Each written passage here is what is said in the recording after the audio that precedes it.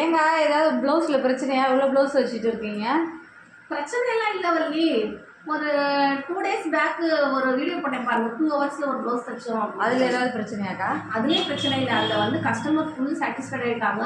அவங்க ஆக்சுவலாக புது கஸ்டமர், இதுதான் ஃபஸ்ட் டைம் வராங்க. அவங்க வந்து 2 ஹவர்ஸ்லேயே நம்ம வந்து அவ்வளோ டிசைனு தச்சு கொடுத்ததுமே, அதுவும் இல்லாமல் ட்ரையல் பார்க்காம டைரெக்டாகவே அவங்களுக்கு வந்து நம்ம டிசைன் பண்ணதும் அவங்களுக்கு வந்து ரொம்ப பிடிச்சி போச்சு. ஃபிட்டிங் சூப்பராக இருக்குன்னு சொல்லி பின்னையும் 10 ப்ளவுஸ் கொடுத்துட்டு போயிருக்காங்க. அப்படியாக்கா?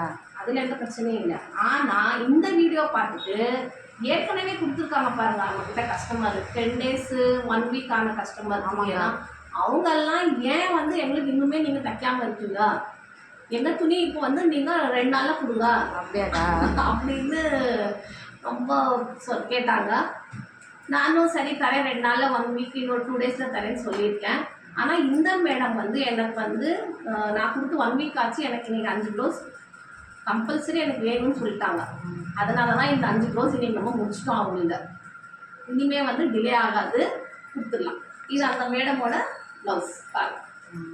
சரிங்க, நல்லா இருக்கா? நல்லா இருக்குதா?